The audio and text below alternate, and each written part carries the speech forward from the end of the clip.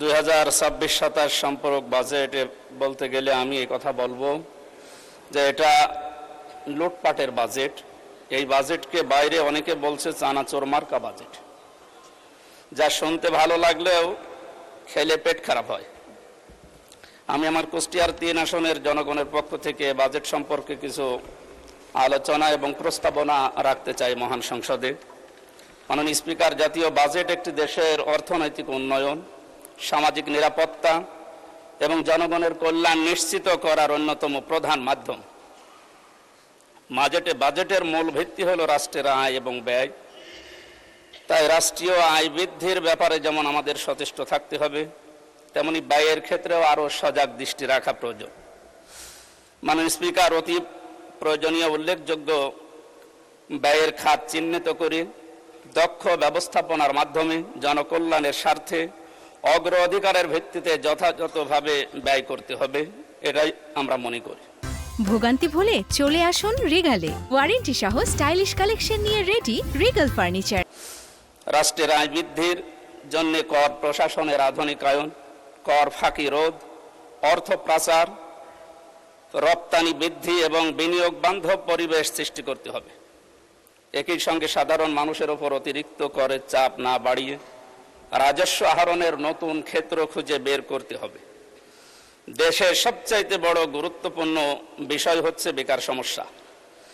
এই বেকার সমস্যা নিরসনে শিল্পায়নের প্রতি বেশি গুরুত্ব দেওয়ার প্রয়োজন।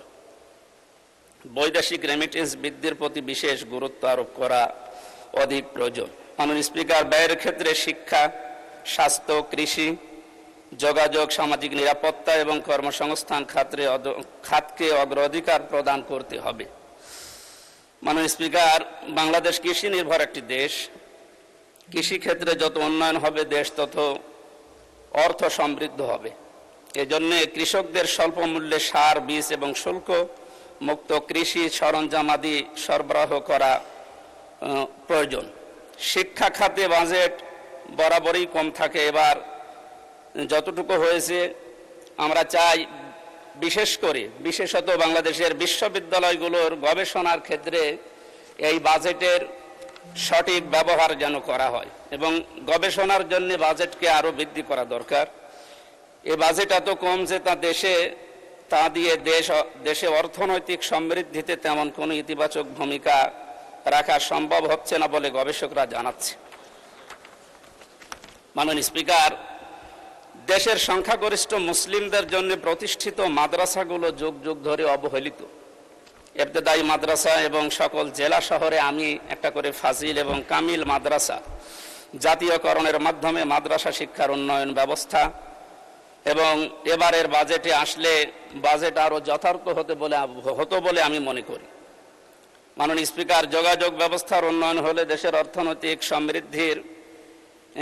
সমৃদ্ধি ঘটবে বলে আমি মনে করি। তাই সারা দেশে রেল যোগাযোগ ব্যবস্থাকে আরও আধুনিকায়ন, উন্নয়ন এবং রেল সম্প্রসারণ করার জন্য জোর দাবি জানাচ্ছি। বিশেষ করে আমার কুষ্টিয়া ঝিনাইদহ এই 45 কিলোমিটার মাঝখানে কুষ্টিয়া ইসলামী বিশ্ববিদ্যালয়, এখানে প্রায় 20 থেকে 22 হাজার ছেলে মেয়েরা লেখাপড়া করে। এদের জন্য ট্রেনের যে ব্যবস্থাটা করা হয়েছে, রেল লাইন চালু করার উদ্যোগ নেওয়া হয়েছে, আমরা শুনেছি, এখনো কার্যকর কোনো ভূমিকা দেখতে পাইনি। আশা করি এই ব্যবস্থাটাও এই আগামী বাজেটে অন্তত আসবে। এই বিশাল বাজেট প্রণয়ন হওয়ার বিগত সময়ের মতো বর্তমান সরকার দলীয় দায়িত্বপ্রাপ্ত বিভিন্ন ব্যক্তিবর্গ যে অর্থ পাচার করবে না তার নিশ্চয়তা কে দেবে? দুই দল থেকেই আমরা বহু কথা শুনেছি বাজেটের উপরে। আমার মনে হচ্ছে গতানুগতিক কথাই বেশি আসতেছে। ওনারা কথা তুললেই বলা হচ্ছে যে বাজেট নিয়ে সারা দেশে আনন্দের বন্যা মিছিল বয়।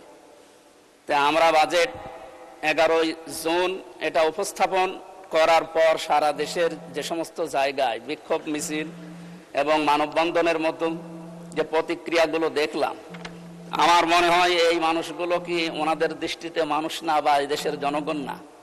এরা যদি জনগণ হয় বা মানুষ হয় তাহলে তাদের এই প্রতিক্রিয়া কেন?